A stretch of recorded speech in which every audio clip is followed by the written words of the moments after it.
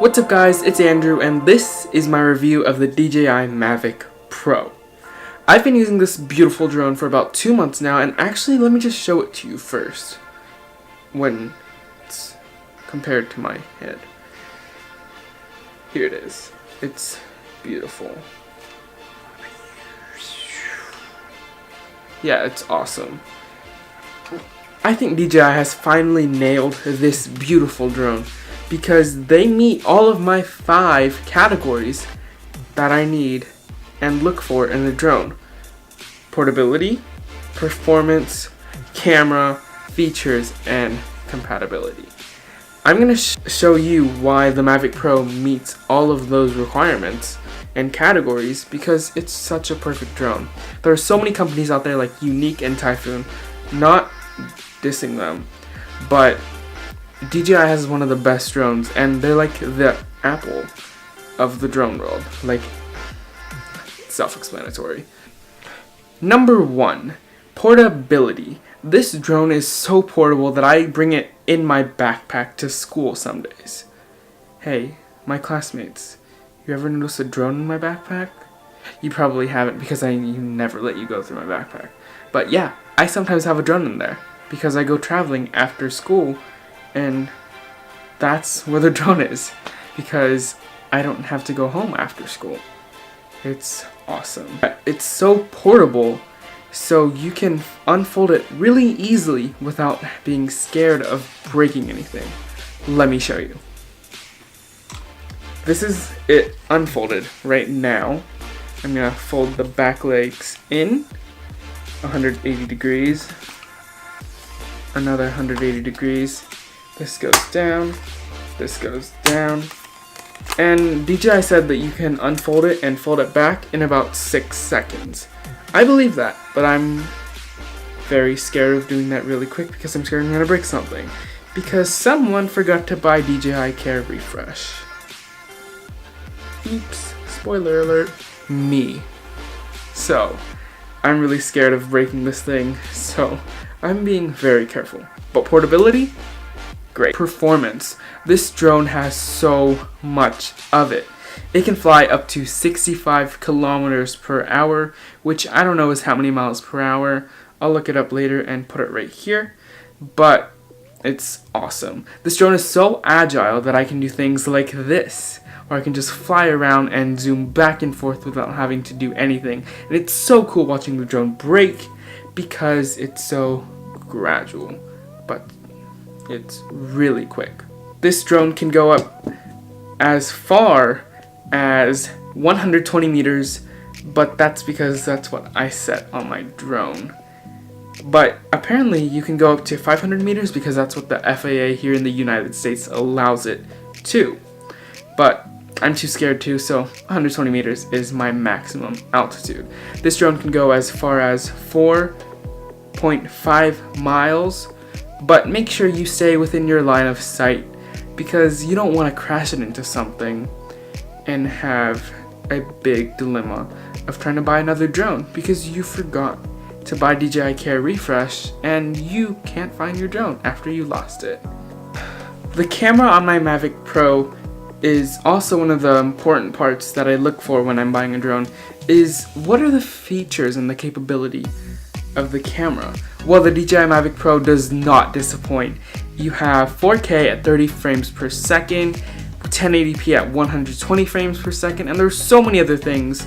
I think there's 2.7K at 60 frames per second too. So this drone is perfect for a camera. It has awesome low light, awesome pictures, and I recommend taking video and droning at sunset or at the beach, or both of those combined because those turn out beautiful on the Mavic Pro. The gimbal on this drone is awesome, but I've been experiencing some problems where the gimbal is not aligned with the horizon. So like this little greenish strip, like it won't be aligned with this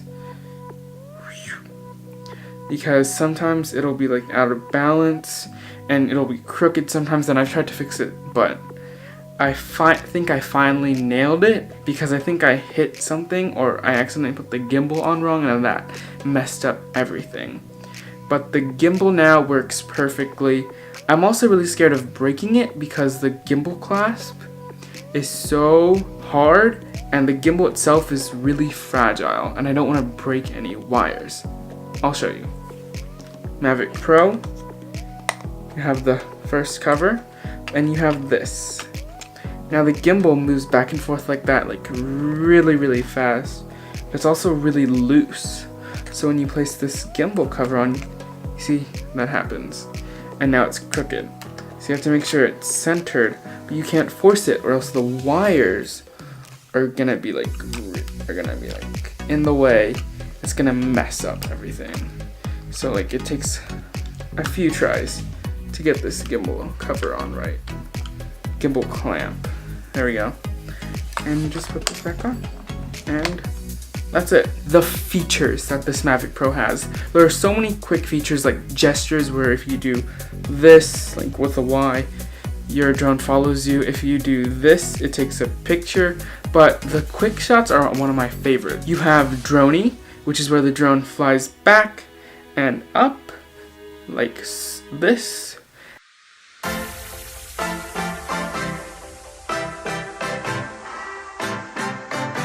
And you also have helix, where the drone flies around you, but also goes up.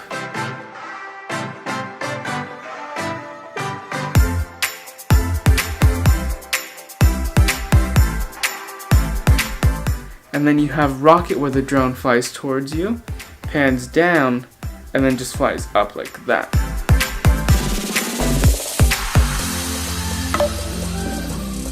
Which is awesome. Overall, the features on this drone are plentiful, but the DJI Mavic Air has more if you're not an experienced drone pilot. You can always spend less money, buy the Mavic Air, and it has a lot of quick shots like Boomerang and Asteroid, but I ruled out the Mavic Air because of its battery life.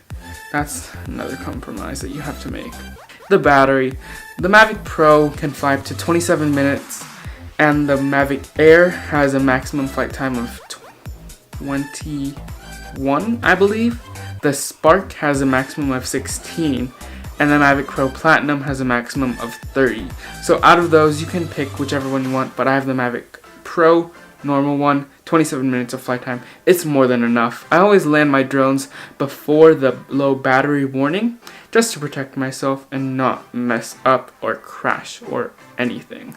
Because sometimes I'll take off from one place and I'll have to land in another place, so I don't want it going back to the home location and landing there. Now, compatibility is a very important category that I look for because this drone is perfect. I have an iPhone. I use a 7 Plus to fly my drone because if I use the iPhone 10, the clamps that used to hold the phone in place cover part of the screen and the true depth camera, so I can't really unlock my phone. So I'd rather use my 7 Plus, which has the big ugly bezels on the top and bottom. So when I use it, I can still use the home button to unlock the phone if I accidentally lock it. But DJI is made for Apple. That's why you have DJI drones being sold in Apple stores. And on the back of the box, made for iPhone, made for iPad, if you have one of the bigger Phantoms. But overall, this drone gives it a good thumbs up on compatibility. So overall, this drone is a terrific drone. It's awesome. I've been using it for about 2 months, but it's great. I also did an unboxing video, but that didn't really go well, so I'm not really going to post it. You guys have seen many of these because it's been 2 years since this drone came out. But this drone is great. I'll recommend it to anyone, but if you need that longer flight time, you might want to get the Mavic Pro Platinum or the Phantom 4 Pro Plus Obsidian, whatever. That Obsidian Phantom 4 though, that's really nice. And if you want to get a smaller, more compact drone, get the Mavic Air. Those are $7.99. This Mavic Pro goes for $9.99. And if you're even more simpler, get the Spark. That one's only $3.99. This drone is awesome. I can't wait for version 2 because apparently there's going to be a 1-inch sensor. That's going to be awesome. I might just stick with this. Who knows? There's always room for improvement. That's it for this video. Thank you guys so much for watching. I hope you guys have a great day. Comment down below what other videos I should make next. Drop a like if you like this video, and I'll catch you guys in my next one.